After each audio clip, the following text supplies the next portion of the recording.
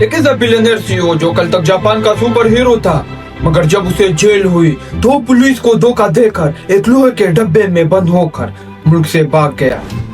یہ سچی کہانی ہے کارلوس گوسن کی۔ یہ بندہ ایک زمانے میں نیسان کمپنی کا ہیرو مانا جاتا تھا، کیونکہ اس نے نیسان کو بینکرپٹڈ یعنی تباہ ہونے سے بچایا تھا۔ لوگ اسے اتنا پسند کرتے تھے کہ جاپان کے مشہور منگا کومکس میں اسے ایک سپر ہیرو دکھایا گیا تھا۔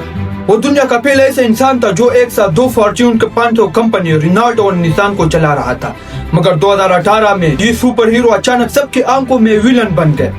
جاپان پولیس نے کارلوس کو گرفتار کر لیا۔ ان پر الزام تھا کہ انہوں نے اپنے ملینز آف ڈالر کی سیلری چھپایا اور نیسان کمپنی کی $140 ملین کو چوری کیا۔ پروسیکیوٹرز کا کہنا تھا کہ کارلوس کمپنی کا پیسہ اپنے لگژری ہاؤسز اور یاشٹ یعنی بڑی کشتی پر اڑا رہے تھے۔ کارلوس کو 108 دنوں تک اکیلے ایک چھوٹی سی جیل سولوٹی کنفائنمنٹ میں بند رکھا گیا اور پھر سخت ہاؤس اریسٹ میں ڈال دیا گیا۔ جاپان کا کنوکشن ریٹ 99% ہے، یعنی وہ جو ایک بار پھنس جائے اسے سزا ہوتا ہی ہے۔ لگ رہا تھا کہ کارلوس کو 15 سال کی جیل ہو جائے گی، مگر 2019 میں کارلوس نے دنیا کا سب سے کریزی، انسین اور دماغ ہلا دینے والا اسکیپ پلان بنایا۔ ایک دن فیس ماسک پہن کر کارلوس چپکے سے اپنے گھر سے نکلا اور پاس ایک ہوٹل پہنچا جہاں انہوں نے 2 سیکیورٹی ایکسپرٹ کو سیکریٹلی ہائر کیا ہوا تھا۔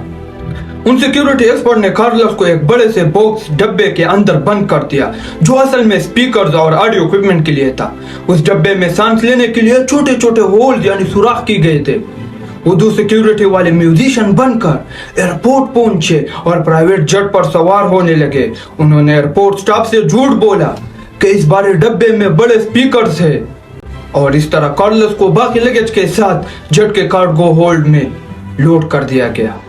پلین پہلے ترکی گیا اور پھر وہاں سے لبنان پہنچا، کیونکہ لبنان کا جاپان کے ساتھ ایسا کوئی معاہدہ ایکسٹریڈیشن ٹریٹی نہیں تھا کہ وہ ان کے مجرم کو واپس کرے۔ اس طرح کارلوس ایک انٹرنیشنل فوگیٹیو یعنی بگودا بن گیا، مگر کارلوس آج بھی کہتے ہیں کہ وہ بالکل بے گناہ ہے۔ ان کا کہنا ہے کہ جاپان کا سسٹم ان کے خلاف ریجڈ تھا اور ان کے دشمنوں نے سازش کر کے انہیں ان کی ہی کمپنی سے باہر نکالا۔ لیکن جو بھی ہو، ڈبے میں بند ہو کر بھاگنے کا یہ طریقہ بالکل انسین اور کریزی تھا۔ ایسی اور انسین سٹوریز سننے کے لیے فالو اور سبسکرائب کریں۔